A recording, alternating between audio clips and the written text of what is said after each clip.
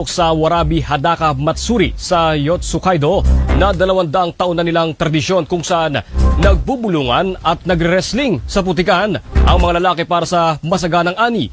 Ginaganap ang ritual kahit malamig at malakas ang ulan. Isinasagawa rin ang festival bilang panalangin para sa malusog na paglaki ng mga bata. Sa ating sports balita, pangungunahan ni Juan Gomez Deliano, Quentin Millora Brown at Justin Brownlee ang Final 12 lineup ng Gilas Pilipinas para sa laban kontra New Zealand sa 2027 FIBA World Cup Asian Qualifiers mamayang gabi. Kasama rin sa lineup sina Kevin Quiambao, Carl Tamayo, Dwight Ramos, AJ Edu, 9-time PBA MVP June Marfardo, Kevin Oftana, Chris Newsam, Scotty Thompson at CJ Perez. Nakataya sa laro ang posibleng direktang pagpasok second round ng qualifiers kung mapapanatiling Gilas ang malinis itong 2-0 record matapos mas-sweep ang Guam noong 2025. Target din ng Nationals na ulitin ang kanilang 93-89 panalo laban sa Tall Blacks noong 2024 Asia Cup qualifiers. Lalaban ang Gilas ganap na alas 7:30 mamayang gabi sa Mall of Asia Arena bago harapin ang Australia sa March 1 sa parehong venue. At yan ang ating headlines sa hapon. Sa ngalan po ni Tony Velasquez, ako po si Steve Raz, ang inyong kapamilya. Tony Velasquez, headlines sa hapon. Headlines sa hapon.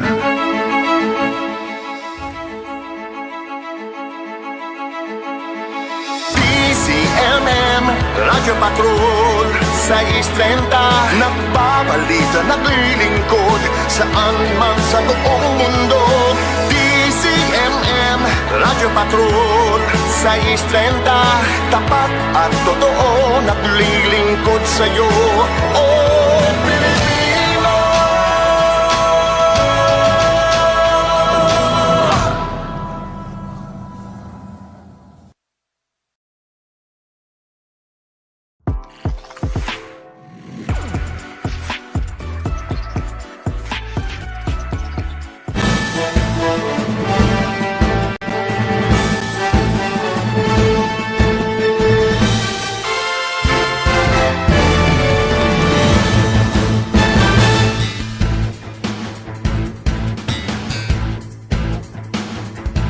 Matapos ang paglalahad ng ebidensya ng mga kampo ng prosekusyon at kinatawan ng mga biktima, sasalang naman ang depensa sa mata ng mga huwes at publiko. Ano kaya ang magiging sagot ni Attorney Nicholas Kaufman sa ipinakitang brutalidad ng dating administrasyon ng kanyang kliyente? Iyan ang ating malalaman maya-maya lamang.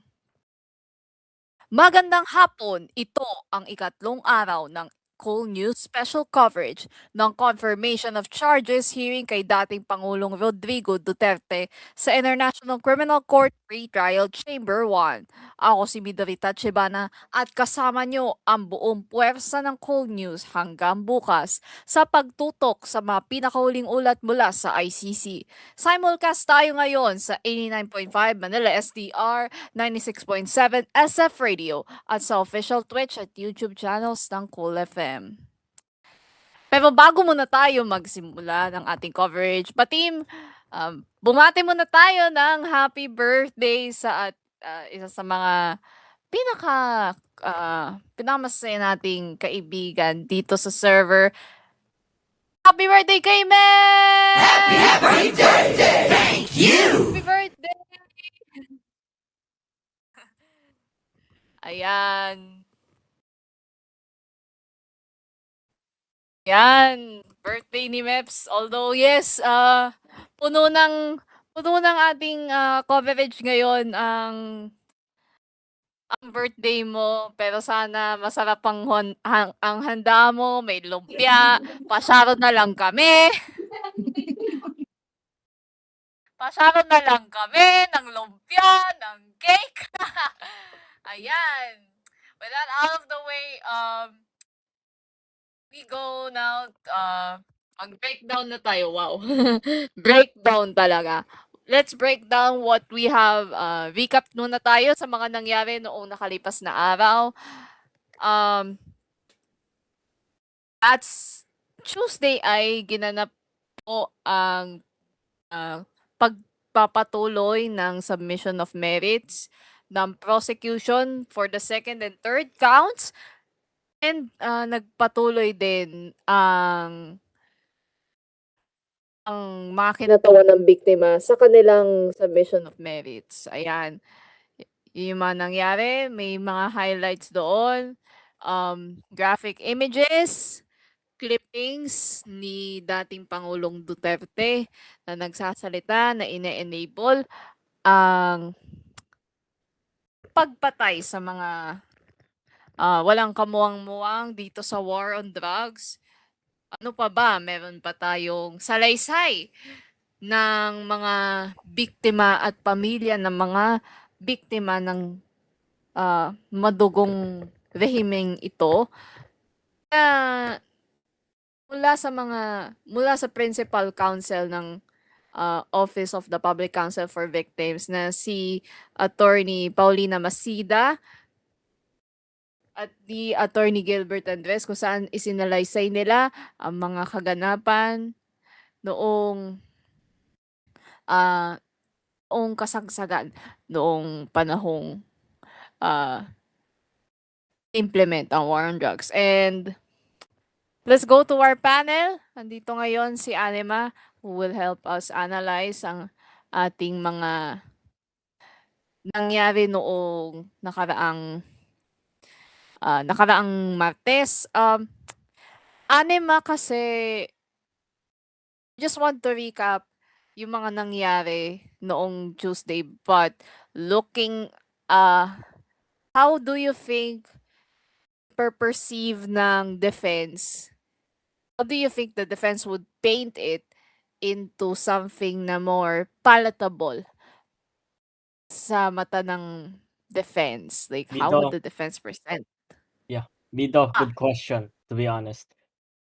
Knowing that I have Mm. gone into conversations with a lot of Duterte supporters lately, it is inevitable that Attorney Nicholas Kaufman will be using the same script as what Duterte's followers used on social media. Yes, we Mm. can remember that Nicholas Kaufman emphasized self-defense. Yung nanlaban narrative against the war on drugs victims, right? He highlighted that. But footages of the ICC showed otherwise. Most of those victims were unarmed and were left to fend for themselves, which means Mhm. they weren't fighting back. They had no choice but to face the consequence, even if they weren't involved in those cases of Duterte. So Mm. what we would most likely expect are those flowery, emotional appeal, fallacious words from Nicholas Kaufman, and I won't be surprised if he's going to use those scripts those Duterte followers used to appeal to the masses. So yes, Mm. that's what I think what may happen for Duterte's defense panel. Excuse me. And if I remember correctly, nung Tuesday, ipinesenta din ng prosecution na nagtatanim ng mga baril at Yes. drugs yung mga least that time, and they were even like very concealed in their movement noong kasagsagan ng drug war. And just how important is it to highlight that and to maybe paint that defense strategy as something na, for the good of the country? Pwede ba natin tong i-anggulo in a different light, on a more positive note? Look, to be honest, their method of planting drugs on a dead body, even though they weren't proven to be a drug courier, for example, is like basically framing. Let's put this in household terms, shall we? Because I'm a mental health professional myself. Let's say, for example, if we'll use the war on drugs narrative and we'll frame it in a mental health perspective. For example, yung ginawa ng well, I hope, yeah, I'm pretty sure hindi pwede ito banggitin. Pero anyways, let's say, banggitin natin yung recent vlogger na inaresto in a freaking restaurant. Yes, let's put that for example. And at the same time, inakusahan niya yung mga nagbibintang sa kanya ay mga mongoloid or may Down syndrome, which is against RA 7277, the Magna Carta for PWDs. Now, what am I getting to here? They're simply framing the wrong people who be, who are indeed innocent by planting evidences that don't belong to them either. They're just framing them as criminals when in fact, according to the jury, especially the autopsy report by Dr. Raquel Fortos, if I'm not mistaken, if they indeed were fighting, how come they were unarmed? And secondly, according dun sa mga autopsy reports ni Dr. Fortos, ay yung nakalagay dun sa cause of death ay ibang mga complications such as heart attack, ano pa nga yun? Diabetes or such, pero I'm pretty sure that's not even labeled. Pero yun nga, mga let's say mga fatal health conditions that were the cause of death, when in fact dun sa autopsy reports, bullets were the cause of death. So if I was the defense panel, I would honestly have a difficulty defending this. Why?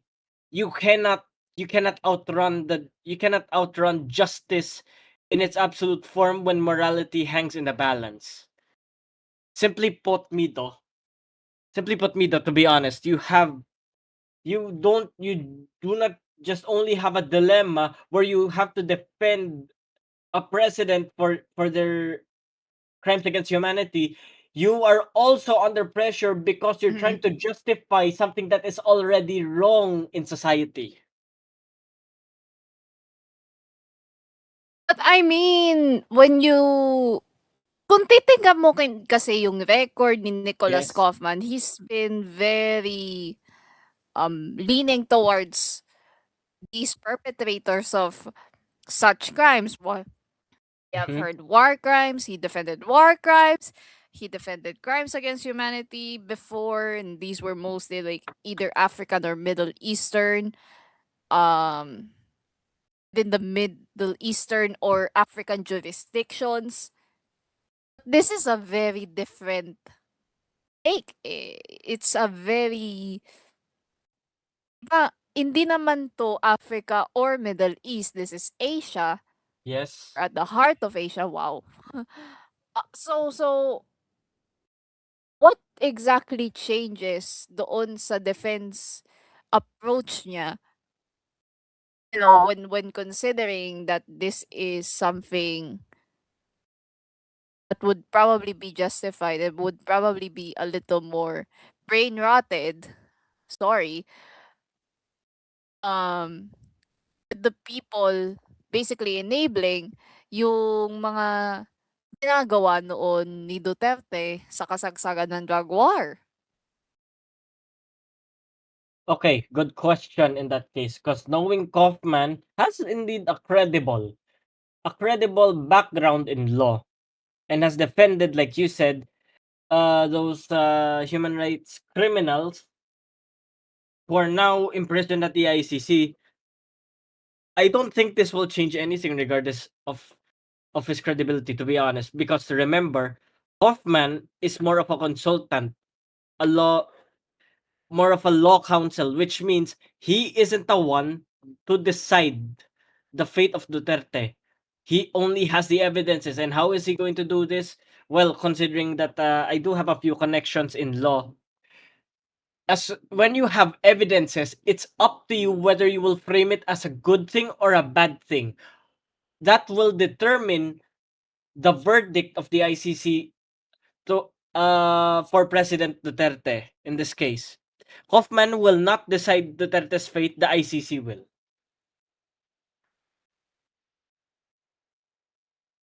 Ayan, you may speak. And so Ven, sorry about that. So Ven, what do you think are the evidences? Because the prosecution really laid out a very strong narrative. Same with the legal representatives. I think these two go hand in hand. So we'll just Yeah. call them collectively the prosecution. Ang ganda kasi nung narrative na nilay nila for the ICC to really determine yung kanilang, what do you call this? Yung kanilang parang stance doon sa mga Mhm. nangyayari mga nangyari noong administrasyon ni Duterte, and what exactly are the defense going to present, knowing that probably it's very likely that public opinion is swaying against their favor. Okay. How would these evidences work for them? Okay. So one thing to keep in mind, to be honest, about the narratives of the DDS followers here, they would boast honestly first that they feel safe in the streets under Duterte's rule. That is one thing to consider. Second, they will frame addicts as killers, drug addicts as killers. I would love to contradict this, to be honest, as a mental health professional, because according to the DSM-5, even drug addiction is classified as a medical diagnosis under the substance-induced disorders.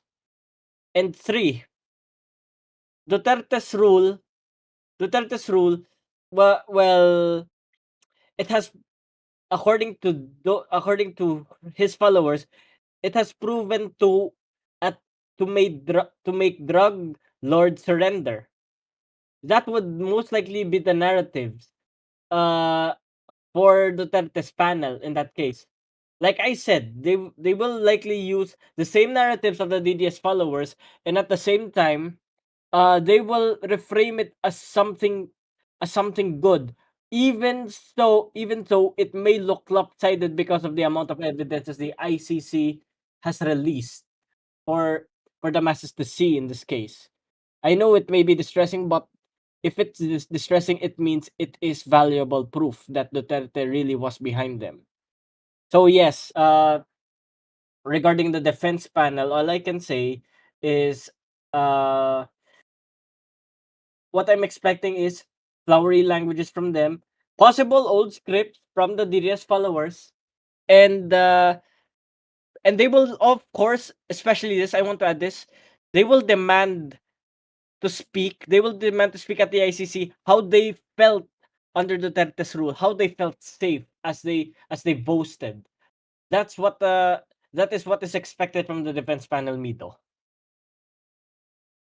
So you you talked about the scripts already. Thank you Yes, for mentioning that. And I exactly. was thinking, what about okay, hindi bang gamitin ng prosecution yung mga script na ginagawa ng mga DDS against ICC, against Deputy Prosecutor Mami Mandiayanyang? Yes. Can they use that? Can these Yes. DDS supporters further implicate themselves doon sa ICC, especially when this goes to trial? Yes. To be honest, this is, well, while I don't have a grasp fully on ICC's laws, but there's a high chance that the ICC will mention the troll farms and the scripts. Why? It is against their mandate. It is against their mandate uh of using troll farms. Using troll farms is against the mandate of the ICC because it any form of propaganda, basically, it will change in an attempt to change the decision making of the prosecution, that will be framed as a crime. But why? You're not just supporting the case of a criminal. You will be framed as an accomplice as well. Connected to that, this is recent, by the way. For example, if kita nyo sa social media, there has been an edit of those war on drugs victims wearing those multi-million dollar bags, I assume. Yeah, or $1,000 bags on the way to the Hague or the ICC. Common sense lang, guys. For example, how would they afford buying those bags if they are indeed out of poverty? Imposible yon. And pangalawa, those edits, those AI edits that were made, isa pa, they're easy to spot kasi yung isa sa kanila may mole sa mukha. Pero doon sa mismong edit na wala na yung mole. There should Mhm. there should be at least how do you call this? There should be at least a call for AI literacy to determine this information, and at the same time, this information is already affecting the decision making of the prosecution. And because of this, Mhm. because of the attacks on the ICC, this might do much more harm than good for for Duterte's jurisdiction in this case. So Mhm. yes, it is expected that we have 2 days, right? Speaking of, because this is Thursday and we have Friday as the last day of the trial. Within those 2 days, at any point, the trolls will likely be mentioned, including their scripts. Well, as we speaking of scripts, we already have the 18 Marines being mentioned, and I don't know where that came from. That which even I had to ask Google Gemini about the 18 Marines. Turns out ano siya, fabricated fabricated information. Even I don't know where this come from. Even the media didn't even highlight it, so it means it's not legitimate. So therefore, so to speak, to conclude, these troll networks are highly likely to be mentioned because they are accomplices. They are accomplices to the crime, and they also, I want to highlight this. They also influence the decisions of the war on drugs victims to ensure that their beloved leader Duterte would still have a good profile despite his crimes. That's that's what I can say, Mito. Mm. And I was thinking like you mentioned kanina yung what do you call this? Like the prosecution having a hard time karang deciding kasi they have gone after them. They've even gone after the judges themselves. Like Exactly. they have their Exactly. They head even one judge of them attacked the Yulia LinkedIn. Oh. um yeah, like Si they have Yulia gone Motok, for after Judge example, Yulia Motok. they So even went yeah. after her by going after her LinkedIn account out of all the sites, to be honest. Pwede yun maging proof sa totoo lang. Anyways, Mido, you may continue.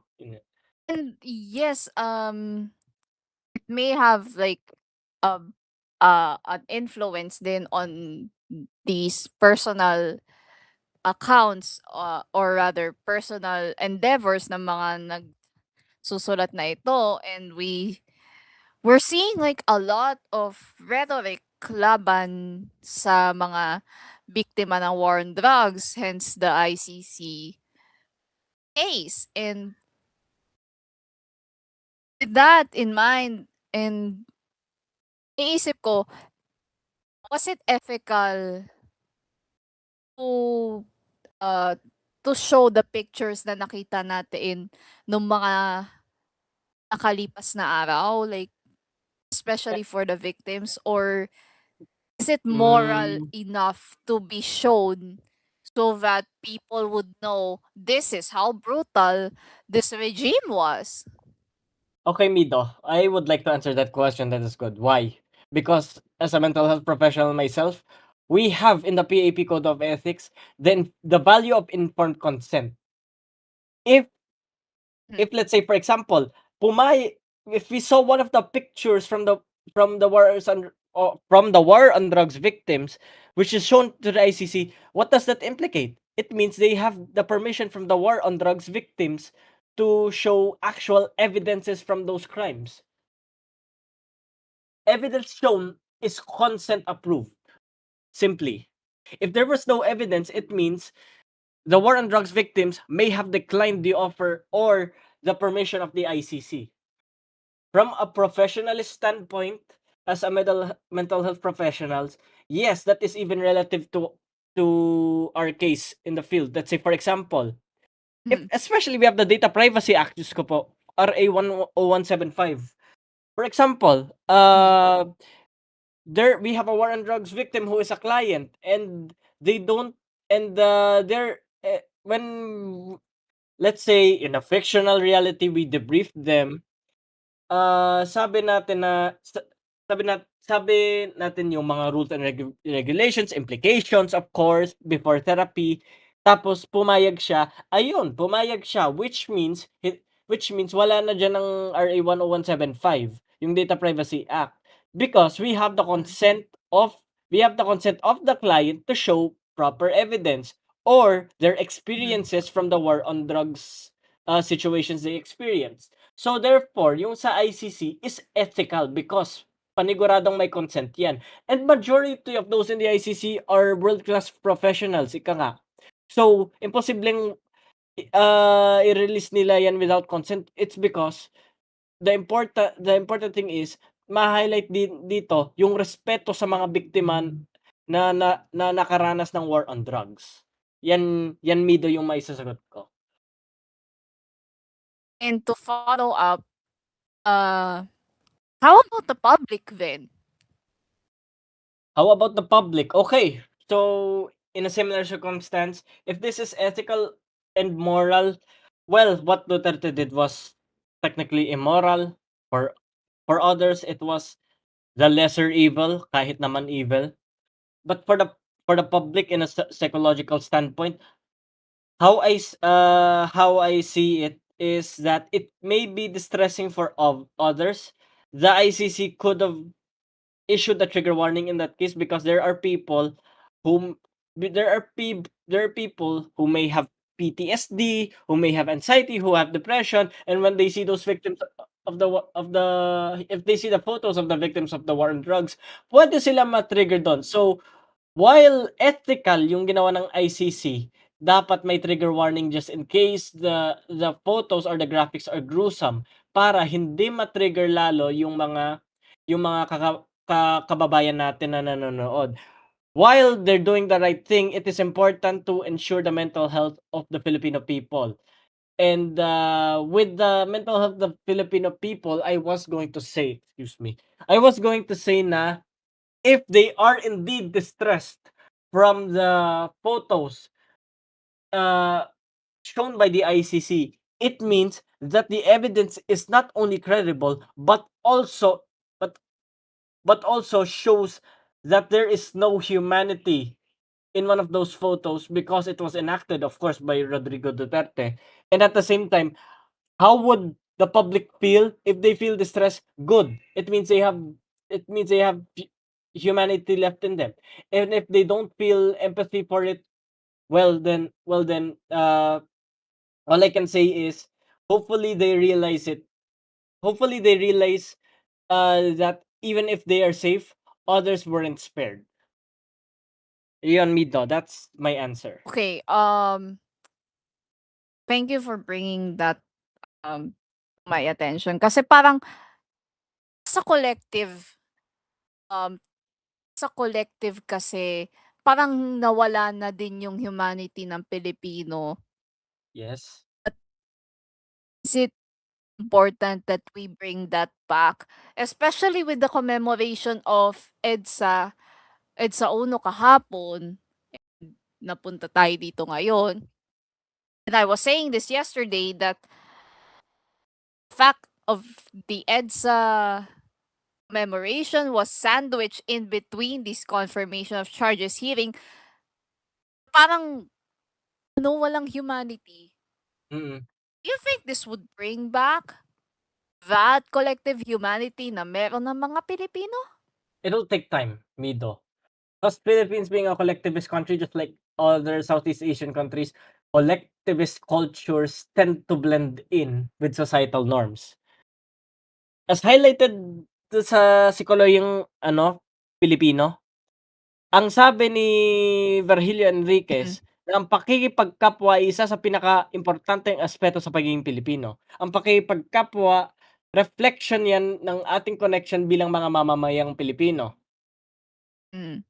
Whether good or bad, because we are accustomed to feeling like we have to please others to maintain a good bond, doon nagre-reflect din yung imahe natin bilang Pilipino kahit din sa buong mundo.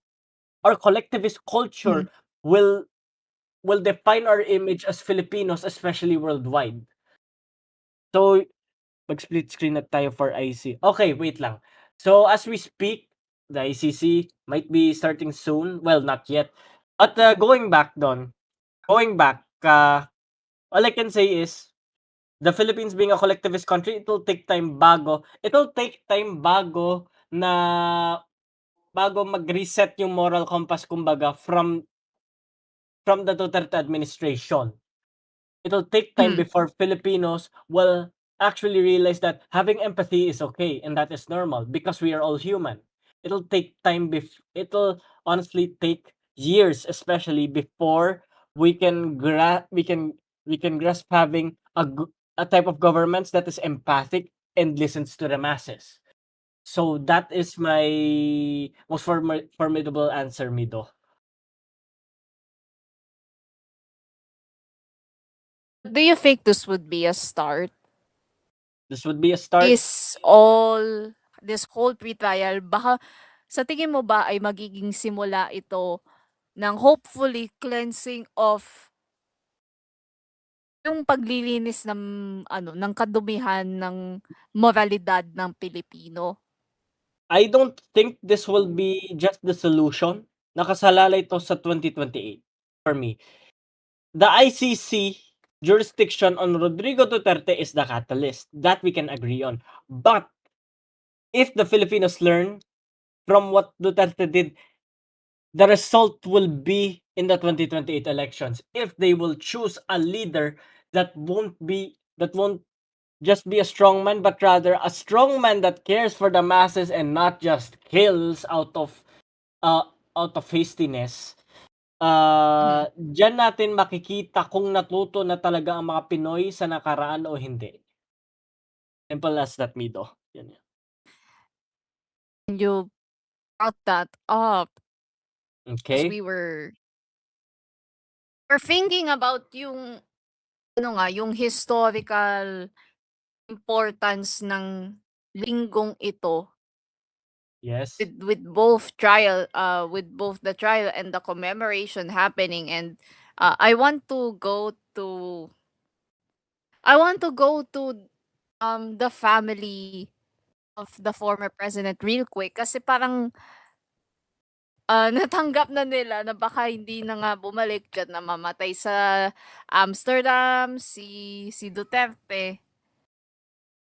But what exactly are they going to use, and how fast would it fall into irrelevance yung kanilang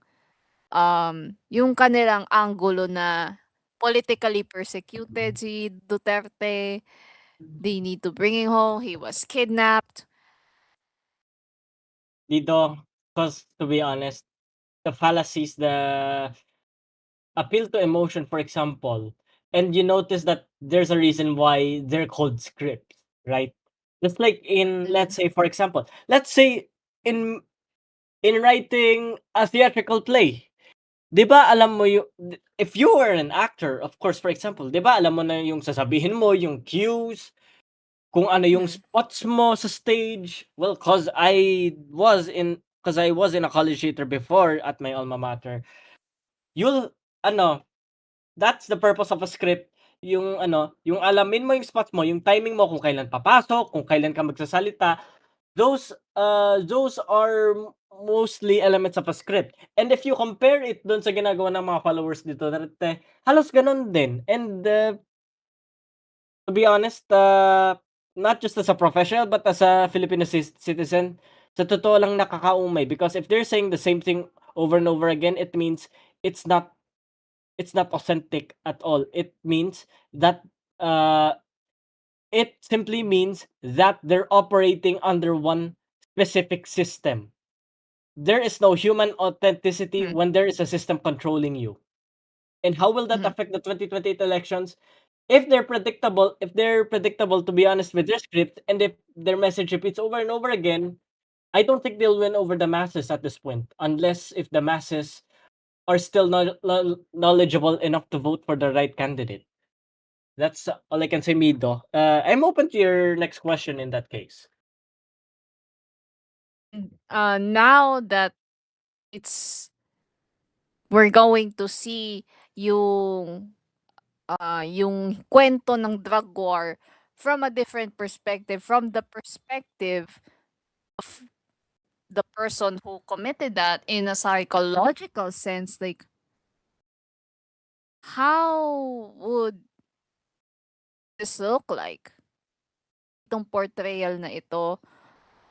I mean, aside from what we already know, political persecution, he was kidnapped to be flown to The Hague. Legally, No because ang it is under dapat, Interpol. Yes, sorry to cut you off. But yes, continue. I was thinking, well, now that it's time for the defense to present their submission of merits doon Mhm. sa mga huwes, and what what is the narrative for them na dapat nilang i-double down dito sa kanilang very very vital presentation that will last until until tomorrow, by the way. I'm sorry, can you repeat? What is the narrative that they need to present? Uh, because they would probably need to change their angles kasi parang pumangit ang opinion against them lalo nung nag-present sila ng opening statements nung Lunes. What about now? How would they change the narrative to convince the ICC to not convict Duterte, you mean? Yeah, Okay, thank you. so how would they change the narrative?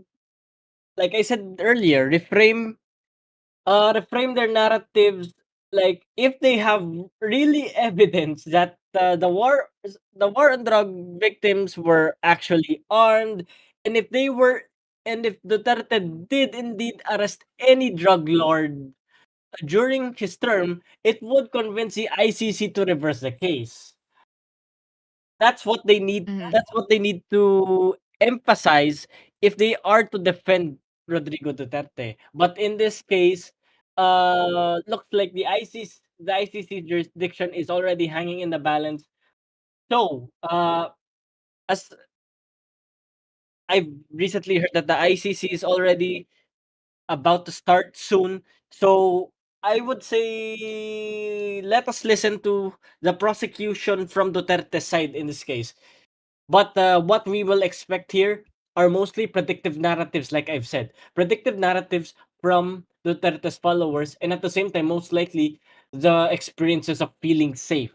That's what we might expect later on in this pre-trial hearing later on, Mido.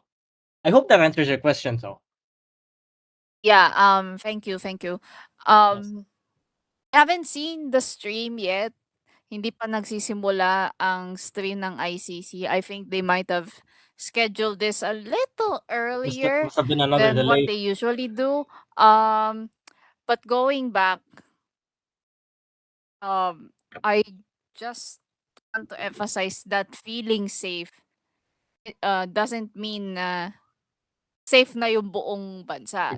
Exactly. It could be safe for For some, some, but but not all. not safe for everybody else. But how important is that aspect of safety in their arguments dito sa para sa defense to sway these judges into going to trial? Okay, so, well, I just had to search. Well, cause as a psychometrician myself, I have to do research, so I had to dive in the definition of safety. So according to Oxford Dictionary, safety is defined as the condition of being protected from or unlikely to cause danger, risk, or injury. And as we can see from the war on drugs evidences that we've had, Of course, there is danger. Of course, there is risk and there is injury as well. But the question is, who compromised the safety of the Filipino citizens? That is what we should think about, to be honest. If Mm. you were to initiate a war on drugs, you would protect the people, not be against Mm. them. And how do you do that? If I was a mental health professional, to be honest, let's turn back time, shall we? Let's turn back time to Mm. when Duterte declared war on drugs. But how would history change? But how would he avoid the crisis that he has now with the ICC?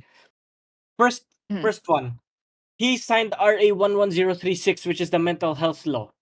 And the goal of the mental health law is to prohibit discrimination among those with mental health diagnosis or disabilities. That includes those with substance induced disorders. Mm.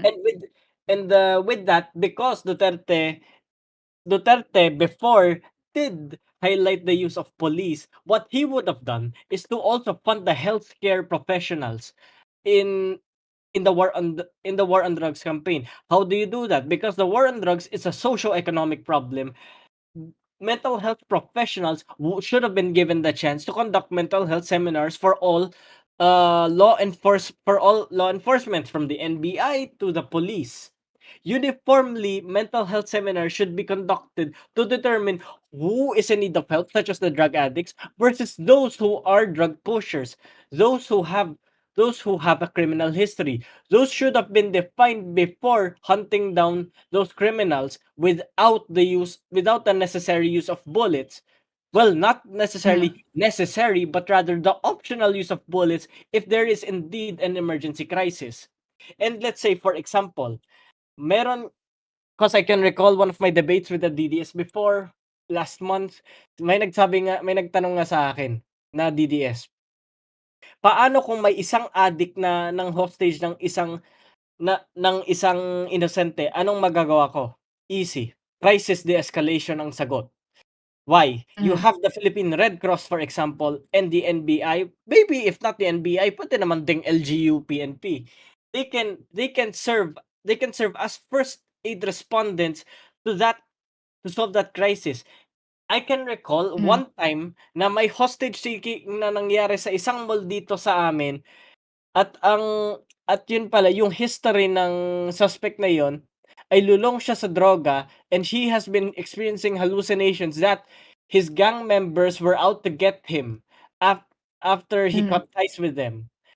Yun pala, he was indeed associated with drug dealing. So because of that, out of fear, of course, he had to take a staff hostage and defend himself. Mm. Anong ginawa ng pulis dun? Hindi sila bumaril agad. Bakit?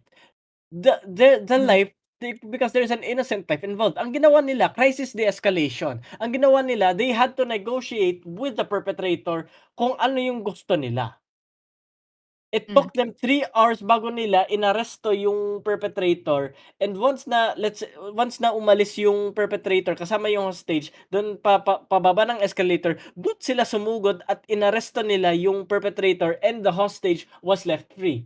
That is proof na in a scenario similar to the war on drugs, you don't need bullets. You don't need bullets to solve a case.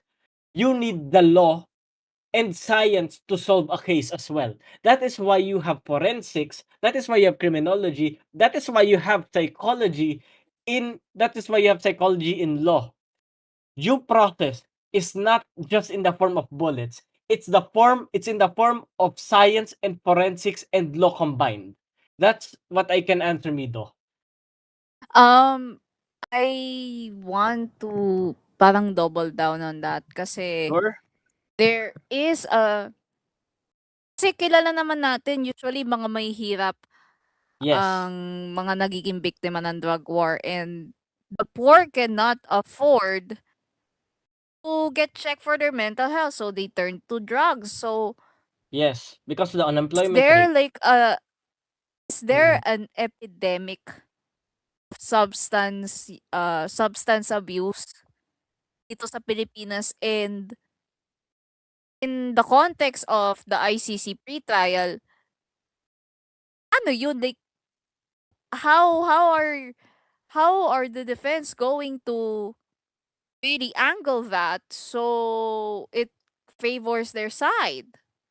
Okay, if they use the DSM-5, they'll literally get the ICC's attention, to be honest. If they have gained credible information from the DSM-5, and especially statistics from the Philippine government that there is indeed an epidemic of drugs, of substance abuse in the Philippines, especially in certain hotspots like Manila and Cebu, it would convince the ICC to reverse their case. That is if, like I said, their information is credible and scientifically backed. Do you have any other questions, Vito? Okay, thank you for bringing up yung ano, yung scientifically backed Yes. evidence kasi di natin alam mamaya kung anong magiging surprise evidence ng defense laban dito sa arguments ng prosecution na yes, the war on drugs was brutal, then there's the concept of safety and there's also the concept of collective brain rot. I'm sorry, but yeah, it is the right term. There is a sense of collective brain rot. So, anong dapat sabihin ng depensa dito? Like, dapat ba silang maging dapat ba silang sabihing matalino, nagbabasa? You know, the practical opposites of what we know of these DDS supporters. Okay, Mito. If they want to frame it in a narrative where Duterte isn't a criminal and is humane, they should bring up evidences that Duterte funded for drug rehabilitation and gave war drugs victims a chance to prove that they are innocent or not. That's how I would frame it if I was the defense. And secondly, if let's say Duterte did support the mental health field and aided also in the arrest of the drug lords and helped in the rehabilitation of those drug addicts, his followers solely despise, ano yun, it would reframe him from a human rights violator to a strong man, with, let's say, I guess, ethics or a human compass, I believe. Even though that's not the best term I can think of. But those are one of the ways that the panel can reframe those accusations hurled, or if not just accusations, proof hurled against Duterte. So yes, Mido, you have another question? Well, thank you for mentioning na now that I think about it, Mm-mm. it is a war on the poor. Yes. And now it's now going to be the defense's turn to argue na hindi ito pang mahirap eh. Kaso kasi yung mga small time, sila yung nabibigyan ng ano, sila yung nadadali ng Mhm. war on drugs na ito. So, ano na, like, anong dapat na approach talaga nila dito? Pang mayaman ba, pang mahirap ba ang drug war na ito? They should classify that the war on drugs isn't supposed to be a war on the poor. It's supposed to be a war against the criminals. But in that case, I have a feeling they'll have a difficulty defending that, to be honest, because as we can remember, the demographics from the ICC, the war on drugs victims were mostly from the poor, not not from the poor, because they, as the jurisdiction said, Attorney Joel Butuyan, if I'm not mistaken, please correct me. Pero ano, yan Hmm. yung isa sa mga war on drugs lawyers. He said that Duterte targeted the poor because they are the least likely. They're the least likely to file an affidavit case or a counter against the administration. So yes, the war on drugs, if it would be to frame this way, the war on drugs shouldn't just be a war on the poor. It should be a war on basically criminals influencing people to do bad. That's how I would frame it, even though it isn't the best explanation. Yes, Vito, that is my answer. Mm. Okay, we will be waiting yung stream ng ICC dito sa ikatlong araw ng pre-trial ni dating Pangulong Rodrigo Duterte sa kasong crimes against humanity. And before we turn to the streams, yeah, I believe it is 5:30. They might have just mistaken yung kanilang stream to be 5 p.m. even though there is a 30-minute delay for security protocols. So till we hear the defense arguments regarding dito sa crimes against humanity, what is going to be the public opinion? Like after this, ano yung itsura ng public opinion about Duterte regarding this pre-trial? Okay, the public opinion is likely going to be controversial. It's going to be mixed. As expected, Duterte's followers will likely applaud and admit their love for Duterte, while the victims of the war on drugs, uh, they're likely to counter those narratives from the prosecution team of Duterte. So this is going to be a mixed reaction, but anything can happen, Mido. The Mhm. best answer I believe is we listen to the ICC's verdict, since since most of what we said are what are expected, but like I said, anything can happen in the pre-trial. Yeah, that is all I can say.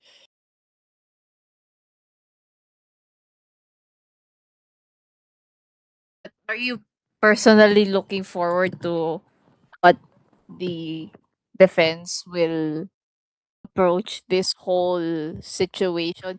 And considering na kokonti pa lang yung mga nilalabas ng prosecution plus the legal representatives na mga ebidensya dito sa pre-trial na ito, and what more when it comes to trial, why why are why do you think that there will be a change in narrative dito sa side ng defense? Or is there going to be a change in narrative na how they painted how they painted it last Monday isn't gonna work with how the prosecution painted Duterte? Okay. Considering that this day will be the day that the prosecution of Duterte will be defending him, so it is expected that, of course, the trolls will be having a field day, uh, recording this as we speak, recording the pre-trial session, and at the same time, here's the risk though. If they fabricate the footage from the ICC, it is likely gonna add much more salt to the wound, if you know what I mean. So how would they frame Duterte's actions are good? If Duterte's actions are good, I would say leave it to the professionals to do it. Do not do not control it in your own hands, if especially if you're not professional to do so. Let the professionals speak for themselves simply. And we go really quickly to the fact na hindi pupunta si Duterte bukas sa Yes. kanyang detention hearing, Mm-hmm. but after that kasi there is gonna be some time between deciding na well if he goes to trial or if he stays in ICC or makakalaya ba siya. Why the no-show? Anong inaanggulo nila dito? Pinayagan naman sila ng ICC, so how are the trolls going to paint it? If I was a troll, I would paint it as courage, to be honest. because they're stuck with that 18 Marines narrative, to be honest, that the ICC is funded by the Philippine government whatsoever. I don't know where that information is coming from. How do I say this? They would frame Duterte's decline as an act of courage because they would think that Duterte is another level, why the ICC, despite having international credibility, has none. So they would do anything to fabricate or modify some of the ICC's story regarding Duterte and frame it into something else. So that is what I see the most likely route, if not the followers' route, but also the route of the defense team of Duterte. So while that is a high possibility that can happen, from what I mentioned earlier, anything can happen later on. Some things that Mhm. that I may not have been mentioned that I may not have mentioned here earlier to Mido, to you, Mido. Uh, it Mhm. may Mhm. actually be mentioned, maybe by surprise or not, at the ICC later. So, uh, let all I can say is we should listen from Duterte side and see if there are really any changes to the narrative, or they have, or if indeed Duterte does have any proof that he has other humane causes during his war on drugs campaign. Yes, that is all.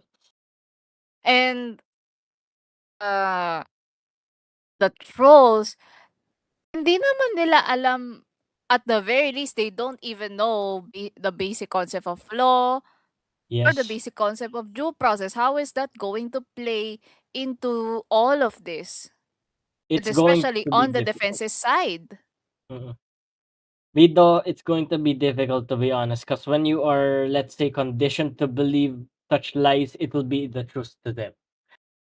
As a mental health professional myself, yes, classical conditioning exists, and observational learning also exists, credited to Ivan Pavlov and Albert Bandura, for example. Classical conditioning means that you are tasked to believe what is in front of you. Observational learning tasks you to learn what is being demonstrated in front of you, and combine those, you'll have a person believing what is in front of them is the truth, even though it may not be actually the truth. That will be difficult, especially for the DDS trolls to believe, because let's assume their demographics will be at least 30, 40, or 50 years of age. I- at those at those generational ages, in that case, they are subjected to having cognitive dissonance. Why is that? Because the reality they are experiencing thus is not congruent to the reality the ICC is showing. Therefore, it will cause a conflict between their ego and the narratives in real life. That is where they will face a dilemma regarding morality versus actual concrete evidence the ICC has. That is my answer. And as we speak, I think the ICC is about to start soon. Ayan, maraming salamat Anima sa sa mga insights mo. And yes, as we have seen, the ICC will be starting their first session dito sa ikatlong araw ng pre-trial anytime now. One last thing, are you planning to like if maganda ang arguments ng defense dito sa trial na ito, would would it be enough overturn? Okay, coming from me, because I am also a researcher myself, those whatever narrative the Duterte's team has, I'm willing to research it to make sure that their standpoint is legitimate. And if it is legitimate, it's safe to say that Duterte has a fighting chance of evening the odds when, Mm, as we know it, it's against them. So I mm, believe research is the key to determine the fate, the the fate of Duterte, especially the final verdict of the ICC tomorrow. Mm. Ilang saglit lamang ay magsisimula na ang ikatlong araw ng pre-trial hearing ni Duterte dito sa International Criminal Court. We're just waiting for the actual feed to go to the cameras inside the pre-trial chamber 1. And now is a critical time for the defense to present their arguments dito sa trial ni Duterte. Dahil ito na yung pagkakataon nila para maipakita si Duterte as a strong man who leads with humanity, na ito ay parang self-defense lang, hindi lang siya ganda ang nahihinatnan kasi bumaba ang crime rate. We are all looking forward to these arguments being presented in front of the judges and whether it will influence the fact whether this goes to the trial chambers. And now it is also a pivotal time for those who may not believe na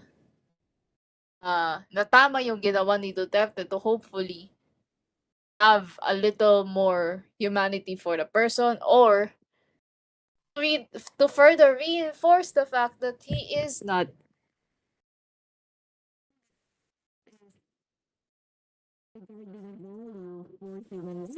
and now we're about to start ikatlong araw ng pre-trial hearings sa ICC. We're just waiting for the International Criminal Court to finally turn their cameras to what is All rise, happening veuillez vous inside lever. the chamber. Now we are The in. International Criminal Court is now in session. L'audience de la Cour pénale internationale est ouverte. This is the third day of the pre-trial hearings. Let's listen in. Please be seated. Veuillez vous asseoir.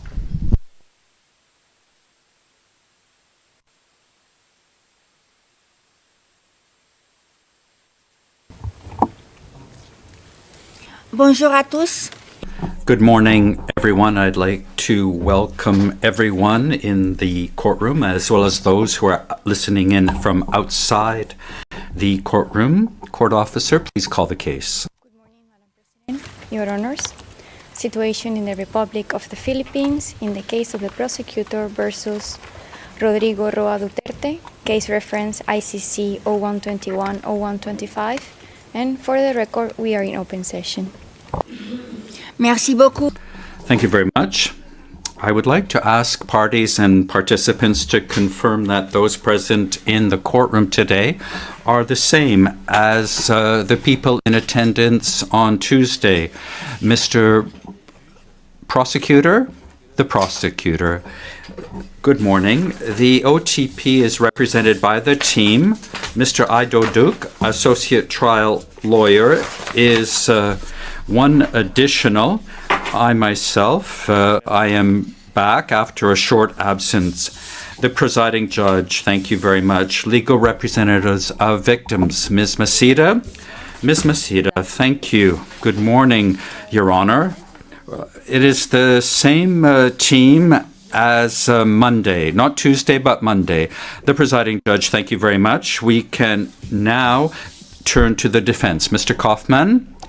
Good morning, Madam President, Your Honors. It is the same lineup as previous days. I will go no further than that in French. The presiding judge, thank you very much. We can now move on to the defense and their submissions on the merits.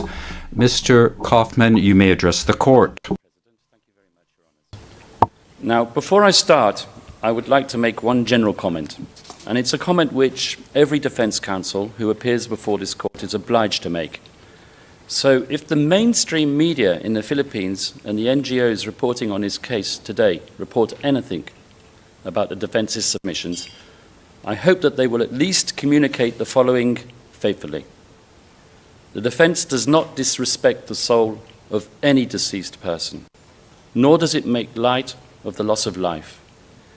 Any criticism made by us today will not be levelled at the loved ones of those such as the tearful relative who I saw in the gallery here on Tuesday. The defence's criticism will be confined only to the prosecution's document containing the charges, which governs these proceedings, not what has been reported elsewhere in the media. It's not the defence's role to give an alternative narrative, nor to give an explanation for the facts and figures presented by the prosecution. The defence's role is simply to persuade your honours that Mr. Rodrigo Duterte should not remain in detention for years to come, simply because the prosecution cannot make out substantial grounds to believe that this individual committed the crimes with which he is charged. Now, Mr. Julian Nichols confidently said the other day that you can ignore Rodrigo Duterte's speeches. Disregard every speech ever made by Mr. Duterte, he said. Throw them all out. There is still ample evidence of the substantial grounds based on the other evidence. That's transcript T4, page 45, lines 5 to 6. Helpful advice from no less than the day-to-day prosecutor in charge of this case, because we will show that the evidence is not substantial, rather totally inadequate. But in any event, since I can leave no stone unturned, I now turn to those speeches. Now, if there's one thing that I've learned from the domestic media coverage of this case, it is that journalists and their editors have a tendency to fixate on the salacious elements of a person's speeches while ignoring the less interesting parts. And so it was with Rodrigo Duterte. The prosecution has had its opportunity to show you a selection of these speeches and seems to believe that the more they show, the greater the chances of convincing your honours to confirm the charges. But what the prosecution has not told the public is that in its document containing the charges, which governs these proceedings and nothing else, it has only supplied 20 of these speeches as proof of criminal intent. And as I mentioned in my opening statement, 10 of these speeches, including 2 referred to by the deputy prosecutor, actually contain an exhortation to the use of lawful self-defense. Thereafter, we found a further 35 speeches, which will be found at tab 9, 11 to 26, 29 to 35, 37 to 41, 43 to 46, 137, and 152. Now, this is obviously not a competition. The point we really merely wish to make is that relying on the former prosecutor's speeches as a means of proving criminal intent is impossible. Now, I'd like to go back to that one speech which I promised the other day to show you. This is a speech, the second speech that the deputy prosecutor referred to in his opening statement. And this refers to the responsibility that Mr. Duterte said that he would shoulder, promising to shield rogue officers from prosecution. If we may, the first of these speeches, and I quote what the deputy prosecutor read from this speech. So the police is under the DILG, so I have to believe the story of the police, for simply they are my subordinates and I am ultimately responsible for their deeds. Now let's look at what the deputy prosecutor didn't state from the same speech. And the order is simply this: go out, arrest them if you can, but if there is no peaceful method of doing it and you are presented with violent resistance, thereby placing your jeopardy in your life, you shoot, well, the son of the bitch. Mr. Duterte's language, obviously, but nevertheless an exhortation to lawful self-defense. Let's have a look at another one of the prosecution's speeches mentioned in their pre-confirmation brief. Once again, on shielding criminal agents from prosecution. I quote, this is, I apologize, PHL OTP 00001127 at page 5. And I quote, "But if you do your duty, do not worry about cases. I'll protect you. Believe me. That's why I will protect them. And if there's somebody who will go to jail, it's me. I will assume full legal responsibility." Now let's have a look at the exonerating element, which comes right underneath the allegedly incriminating element. He said, "Just do it right.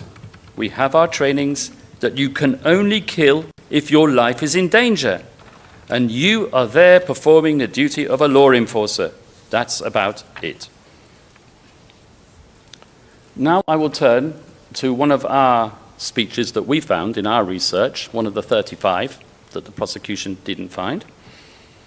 And I will terminate there because we have the rest, which we've referred you to in the tabs. So this is an exonerating speech which the prosecution either missed or ignored because it doesn't suit its case. And it was a speech which was made right at the start of the presidency, which could be seen as setting out the standard for his presidency. Mr. Duterte said this, "I promised them I will suppress crime and take control of the drug situation, which was really running wild in our country today. Make no mistake about it. I repeat, again for all and for everybody's consumption, do not kill if you are not in danger of losing your life." Well, it goes on. You can see it there on the screen.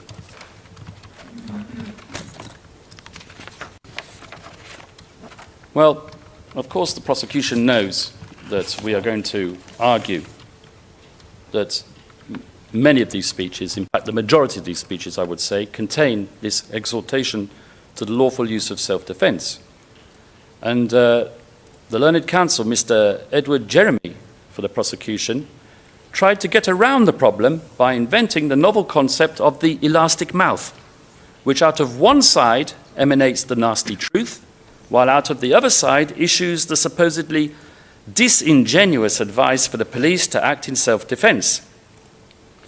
But I ask your honors and the people of the Philippines listening in today, how many times did you hear the former president state at the beginning of any address that he had a speech of 2 pages prepared, but to his regret, it didn't come from the heart. And then he would proceed to speak at length, sometimes for an hour or more, in his own uniquely colourful and crusty language, exposing his homespun theories on crime control, swearing a bit here, boasting a bit there, and generally delivering a speech more akin to Finnegan's Wake than the Gettysburg Address. That does not suggest crafty design, hinted at by Mr. Jeremy, quite the opposite. Mr. Jeremy's resort to the say one thing, mean another thing theory is complete supposition. It is not a legitimate argument because it implies that one cannot rely on anything coming out of Mr. Duterte's mouth, and that does not help the case for the prosecution at all. Well, that's about it for the speeches. I'll now turn to crimes against humanity and the contextual elements. And here I would like to start off by addressing the requirement that the acts of murder alleged be committed as part of or in themselves constitute a widespread or systematic attack. The second requirement is that these acts of murder be directed against the civilian population.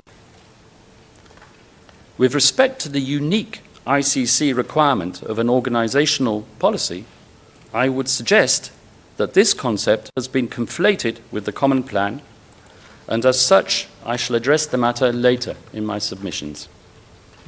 So, to start by reference to the widespread or systematic nature of the attack, I would like to draw your Honour's attention to the fact that Count 1 contains 9 incidents of murder in one city, Davao, hardly widespread. Ms. Robin Croft, in her submissions yesterday for the prosecution, Tuesday, told you that the widespread nature of Count 1 was evidenced by the multitude of bodies in a quarry, a mass grave. Well, the prosecution and the authorities in the Philippines have had years to continue its investigations since the judicial warrant was reimposed. I mean, they could have dug up the entire city of Davao, but all they have managed to produce, the prosecution on the matter, is a reference to Leila de Lima in a Senate committee where she talks about the discovery of a few human remains which could have belonged to World War II Japanese soldiers. The same goes for another witness's outlandish assertion that bodies were thrown into the sea off the coast of Davao. Well, the whole Gulf could have been dredged, but not one executed corpse has surfaced. As for counts 2 and 3, Ms. Croft showed us some maps with coloured dots to indicate the magnitude and geographical spread of what the prosecution alleges, without, of course, proving that they were extrajudicial killings not countenanced within the 49 incidents. Indeed, for this reason, there is nothing to link the charged incidents, those 49 incidents, to the wider picture. According to the appeals chamber, which confirmed a pre-trial chamber ruling on the matter in Bagbo, filing number 432 in the case record at paragraphs 35 to 36, any factual allegations outside the charged incidents, in this case masses of generically alleged extrajudicial killings, must be proved to the required standard. And for this, NGO reports, academic statistics, and media articles are, as a rule, considered insufficient.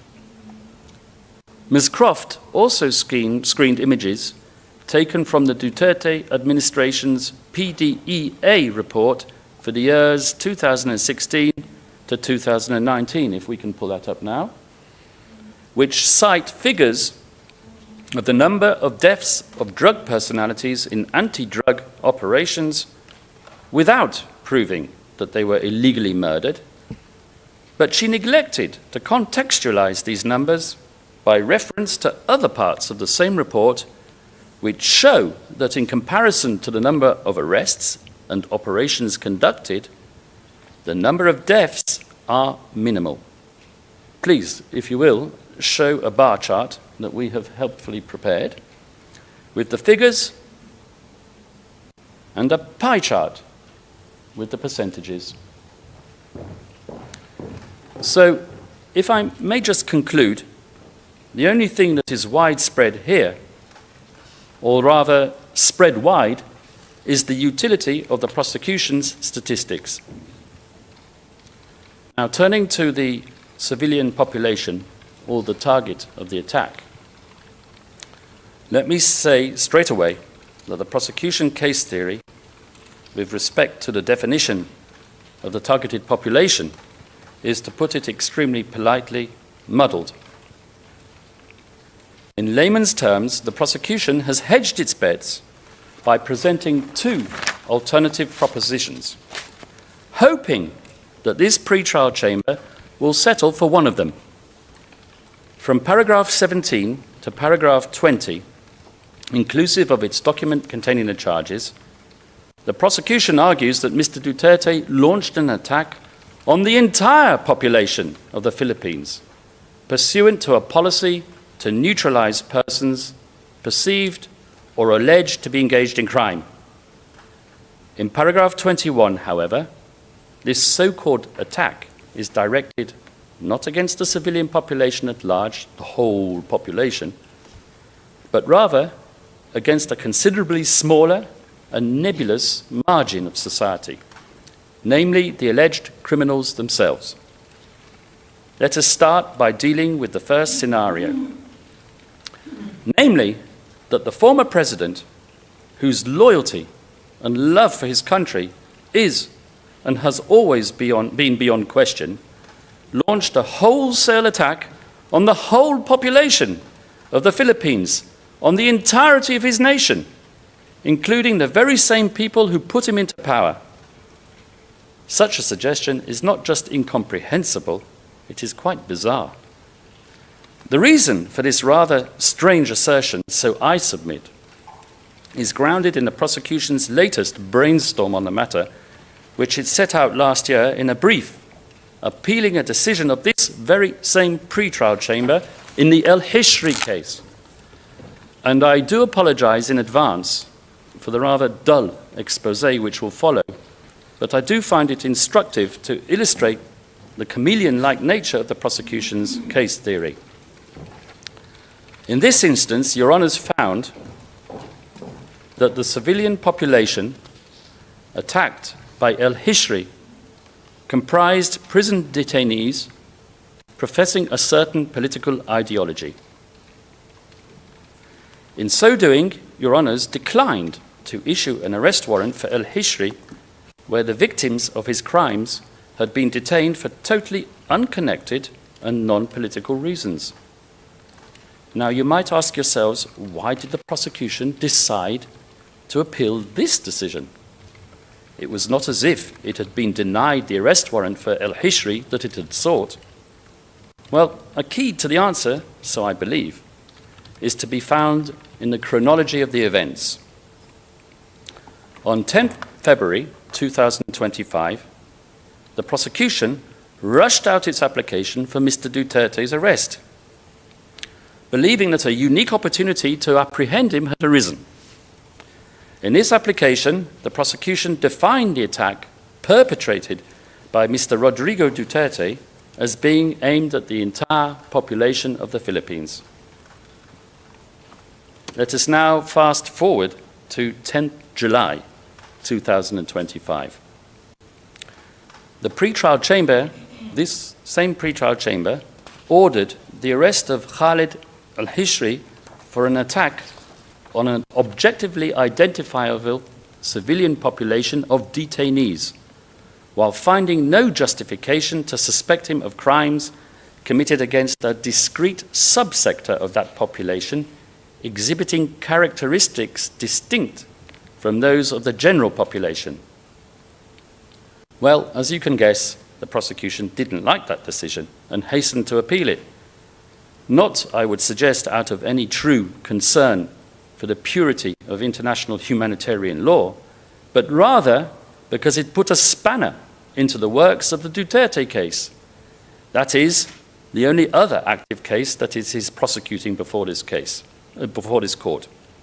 After all, if we apply the resulting logic of Your Honour's decision in El Hishri to the prosecution's case theory in the Duterte case, at least as it stood as of 10 July 2025, then alleged drug pushers and alleged criminals would be deemed a separate, subjectively defined subgroup of the general Filipino civilian population, displaying different characteristics and, as a result, excluded as targets of the attack. So, 8 days passed between this decision of yours, Your Honours, and the notification of the confidential version of the prosecution's pre-confirmation brief on 18 July last year. And I'm prepared to wager that while beavering away with their attempt to appeal the El Hishri decision, the gurus on the top floor of the Office of the Prosecutor were also frantically discussing how to deal with this inconvenient fly in their conceptual ointment. They had to think of a way to accommodate this pre-trial chamber's ruling while not compromising their appeal. So, lo and behold, and rather unsurprisingly, the pre-confirmation brief contained a new feature, namely the second scenario to which I referred earlier, that the target of the attack was not the Filipino as a whole, but the suspected drug pushers and criminals. Now, even if the former president did promulgate an organizational policy of eliminating suspected criminals and drug pushers, which he most definitely did not. This policy did not and could not constitute an attack directed against a clearly definable civilian population. Firstly, the segment of society victimized cannot be said to display objective characteristics distinguishing them from other members of society and thus rendering them susceptible to an attack. After all, how does one define a suspected drug pusher or suspected criminal for the purposes, let us say, of count 1, where there were no HVTs or high-value targets or PRD lists or kill lists or what have you? It is not as if criminals have identifying features such as a shifty look or a 5 o'clock shadow or a sack marked swag. In other words, the definition suspected drug pusher or suspected criminal entails the exercise of discretion on the part of the perpetrator implementing the organizational policy. It is a shifting and mutable concept. It is a subjective determination. In our submission, there has to be, at the very least, an objectively discernible characteristic which unites the members of the targeted group such that they can be deemed a civilian population for the purposes of the attack. Leaving the determination of membership of a civilian population to the people who pulled the trigger introduces a degree of random selection, and as cited quite clearly in the Al-Hassan confirmation decision at paragraph 149, the prosecution must prove that the attack was not directed against a limited group of randomly selected persons. This ruling, Your Honours, was the expression of the law as it had stood for many years, ever since the decision authorising an investigation in the Kenya situation, where at paragraph 81, the pre-trial chamber defined a civilian population as a group sharing, and I quote, distinguishing features, and added as follows, and I quote again, the prosecutor will need to demonstrate to the standard of proof applicable that the attack was directed against the civilian population as a whole and not merely against randomly selected individuals. So let us ask ourselves whether the alleged attack in this case was directed at the population as a whole or at a subjectively defined subgroup of perceived or alleged criminal offenders. The minute the distinguishing features of the civilian population in question are defined through the application of subjective criteria, the targeting process becomes completely random. The targeted civilians are perceived criminals, but perceived to be so by whom? Is it not the case that one man's despicable criminal is another person's righteous saint? In fact, have we not heard from the civil society that many of the victims were not drug pushers or criminals, but innocent members of the local community? To me, and as a matter of logic, it would appear that the targeted population in the Duterte case was selected randomly, even according to the prosecution's own witnesses, who talk about quotas of neutralization that had to be met, and their motives for target selection, which had frequently nothing to do with suspected criminality, but rather personal vendetta, or on one occasion, just because the victim had cheated at cards.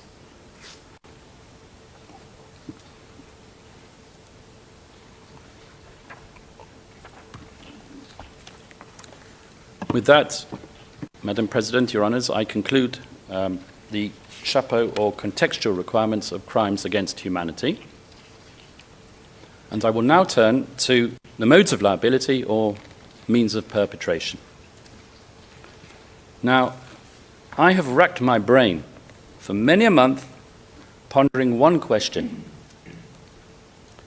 If Rodrigo Duterte was so shamelessly brazen as to broadcast his murderous intent in public ever since he was the mayor of Davao, why did it take the ICC prosecution almost 4 years to open an investigation after Rodrigo Duterte pulled his country out of the International Criminal Court? After all, why did the ICC prosecution not just save itself all the hassle of its jurisdictional problem, a fundamental issue that still plagues it and remains to be resolved by the appeals chamber? We won't talk about that today, obviously. But why did the prosecution not seek to initiate its official investigation within the 1-year withdrawal period, especially given the fact that Mr. Karim Khan, the victim's representative embedded in the role of chief prosecutor, had received judicial authorization to interview at least one of the criminal cooperating witnesses substantiating the crimes of the Davao mayoral period? Well, for me at any rate, it didn't take too long for the penny to drop. As I mentioned in my opening statement, the prosecution knows that it is not enough simply to assert that Rodrigo Duterte said outrageous things and that deaths occurred, and so, as a result, he must be criminally responsible. There is a requirement for what is called a causal nexus. The prosecution has to show which one of Duterte's statements, orders, or commands were given to a specific individual who then went out and pulled the trigger or communicated the command to someone else who also went out and pulled the trigger, killing one of its 78 identified victims. That would have been the classical way to prove a causal link between stuff that came out of Rodrigo Duterte's mouth and the deaths pertinent to the case. That would have been ordering under Article 25(3)(b).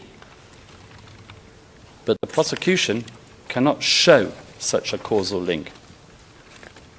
They've never been able to do that. They show you a lovely pyramid.